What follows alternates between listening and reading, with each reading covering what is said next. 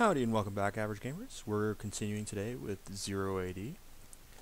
Where I left off, we just left off at the basic game, so we're going to go back to that and play it. So I imagine this is the file. I'm going to go ahead and load it. It's going to take a few seconds to load. We'll probably just skip ahead of this again.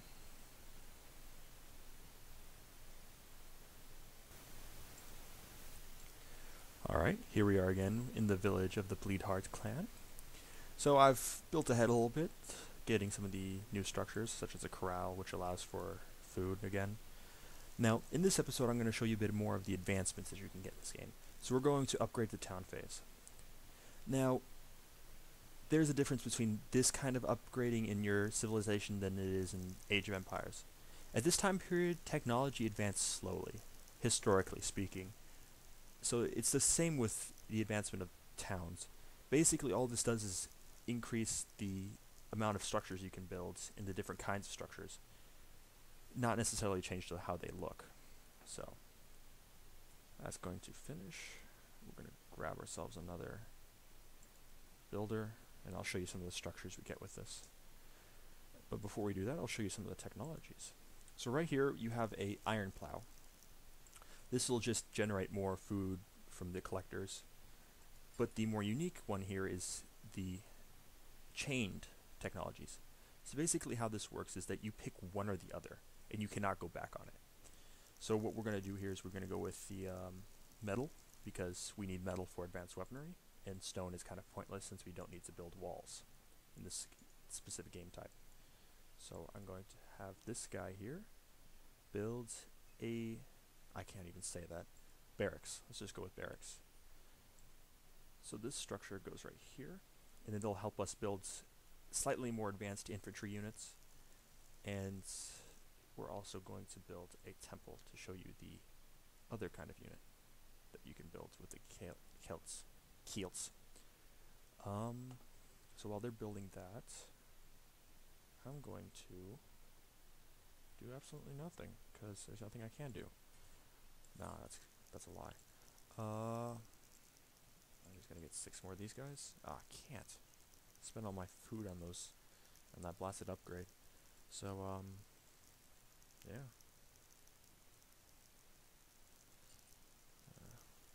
I'm starting to run low on trees, but I'm not too worried about it because I've already built up quite a stockpile of it. But we're gonna need those trees for the construction of boats, which, if we waste them, could be detrimental to our expansion. So let's send over another guy right there. I'm trying to get 3 more. I need a little more food for that though.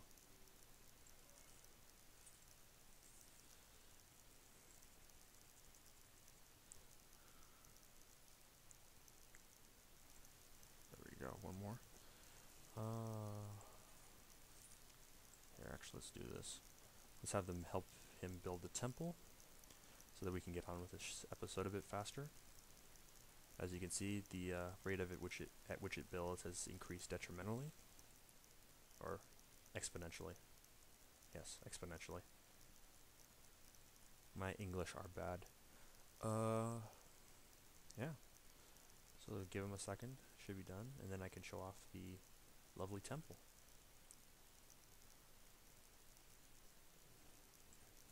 So this temple right here would be dedicated what we would call heathen gods.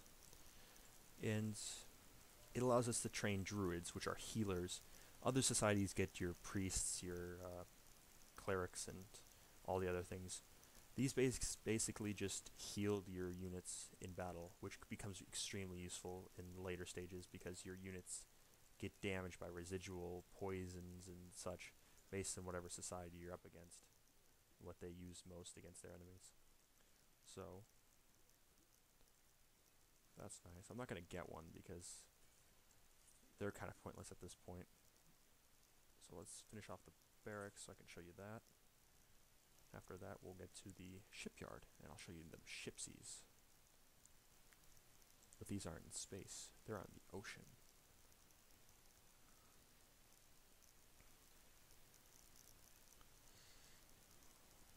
So these guys are getting to work. Work, you slaves. Work. All of you.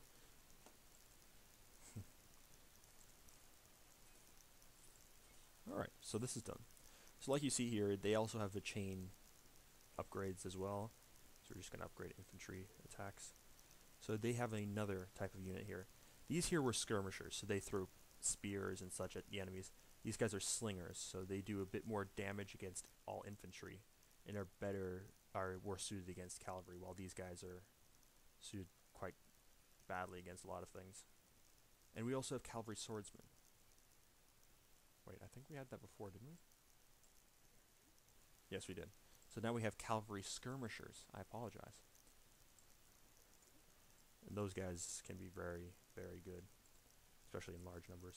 So we're going to build another house here, just to keep the civ up. And we'll go get to the shipyard here in a second, shall we?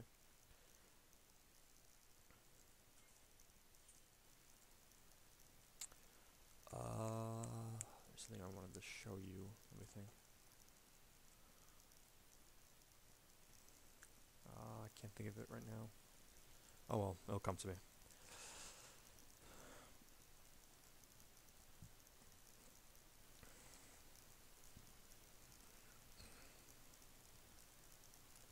Actually, let's get some more builders on the field, just so that these guys can get things done faster, and then you can go on your merry way and stop wasting your lives on YouTube videos. Not that I don't appreciate it, it helps my viewership. And subscriptions, don't forget subscriptions. Need those. So we're going to grab these guys, and I'm going to show you the ship ship. So we're going to go ahead and build that right there. Grab all the builders we can for it. Get to work. So naval combat in this game is quite a bit different because, as you've already seen, and I will show you in the future, each civilization has extremely different units. Naturally, you'll have your ranged, your melee, and then your cavalry units, but each civilization bases their strength in a certain type.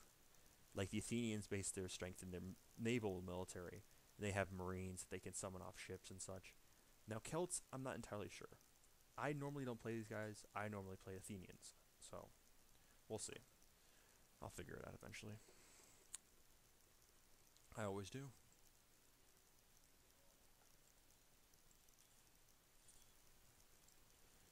So, give it a few more minutes. Or seconds. We don't have minutes.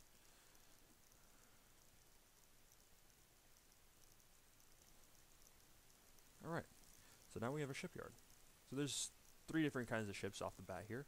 We have your... Get off there. You cannibals. Okay, we got 3 types of ships. You got your fishing boats. It seems like they haven't found the Gaelic word for it. Merchant ships, which are the traders between civilizations, which you can establish relationships with, but I don't think it's fully developed in this stage of alpha, so we're not going to mess with it too much. And then you also have your medium warships, which are your transportations. Actually, I'm going to go ahead and show off the market too, but I'm going to let that build while I show off the boats, shipsies. Yes. So what we're going to do is we're going to build ourselves a warship and begin scouting with it. And I can show you a few of the functions that these warships have. Now, I said I would mention Age of Empires quite a bit. And I am. I'm going to mention quite a few differences as well as similarities.